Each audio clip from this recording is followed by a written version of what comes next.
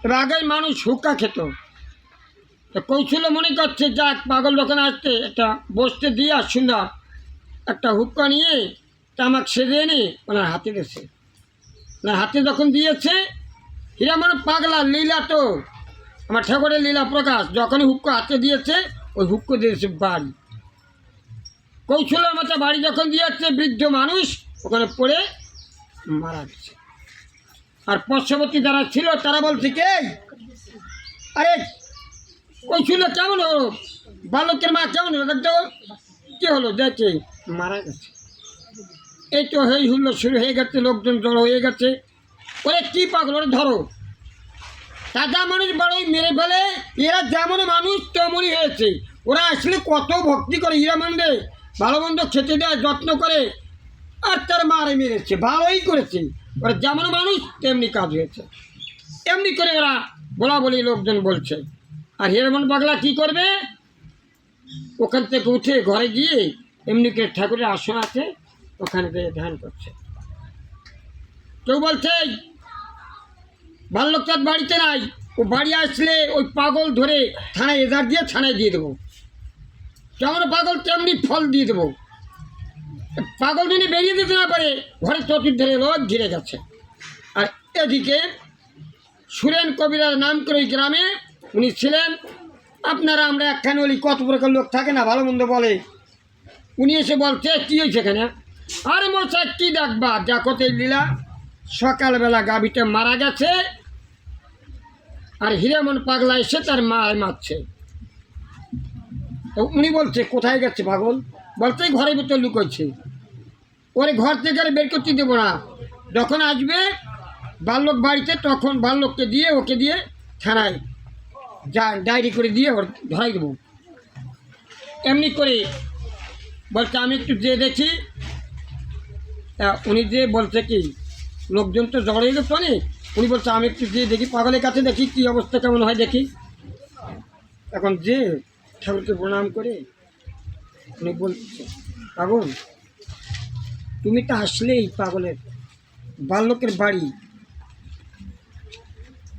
এর সকালবেলা গাভীটা মারা গেল, সে বাচ্চাটা দুধ না পেয়ে যে হাম্বা হাম্বাভাবে ডাকছে, আর তুমি আসলে সেই বাড়িতে আর তুমি তার মাকে মারলে, এখন কি করা যায়? হীরামন পাগলা বলেছিল কোথায় গাভীটা ফেলে আসছ, বলতেই ভাগাড়ে ফেলেছে। তখন বলছে তোমরা একটা কাজ করো, কি এই যে কৌশলার কর্ণমূলে তোমরা কিছু হরিণ নামের ধ্বনি করো, আর আমি যে দেখি ভাগাড় গাভীটা কীভাবে পড়ে আছে। হীরামন পাগলা আগে হাঁটে, পিছনে অগণিত লোক। আর কেউ বলছে দৌড়িয়ে পালাই না যায়, কেউ বলছে না না সব সময় একরকম কথা বলবি না, দেখ পাগল কী করে। পাগল যে দেখে ভাগাড়ে গাভীটা পড়ে আছে, তাই যে বলছে অনিনয় বিনয় করছে, আমার মা তুই এখানে শুয়ে আছিস, আর আমি তার মাকে মেরেছি, তুই একবার উঠে চল মা,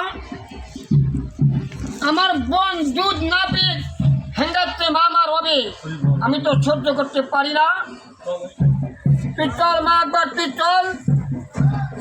তাই যখন জয় হরিদাস জয় গুরুদাস বলে যখন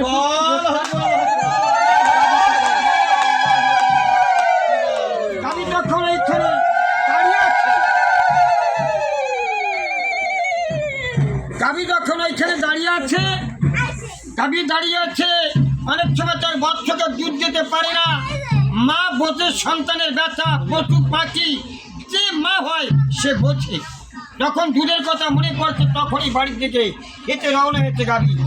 আর যখনই বাড়ির দিকে লোকজন পিছনে জড়ো হয়েছে অনেক, এদিকে দেখা গেল বৎসে এসে গাভী দুধ খেতে শুরু করছে।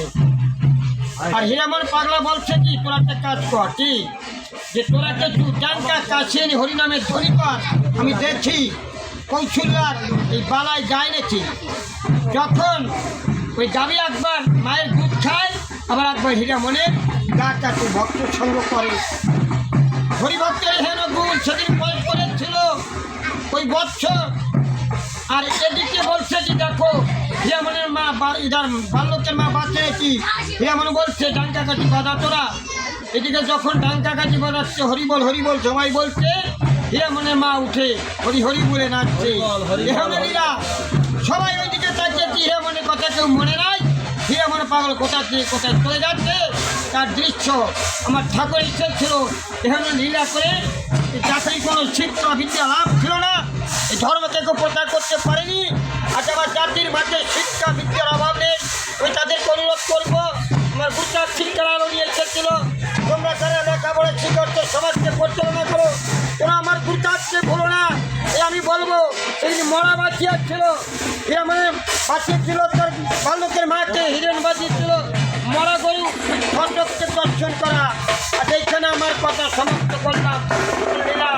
জয় জয় শান্তি হরি গুজরাট একবার।